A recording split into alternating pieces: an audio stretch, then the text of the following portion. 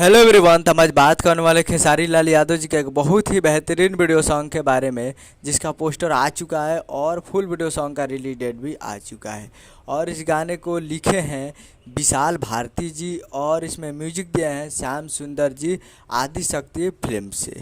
और इसे गाए हैं खेसारी लाल यादव जी, जो कि आपको स्क्रीन के ऊपर दिखाई दे रहा है। जिस सॉन्ग का टाइटल रखा गया है के रोटी बोली, जिसका टाइटल है के रोटी बेली।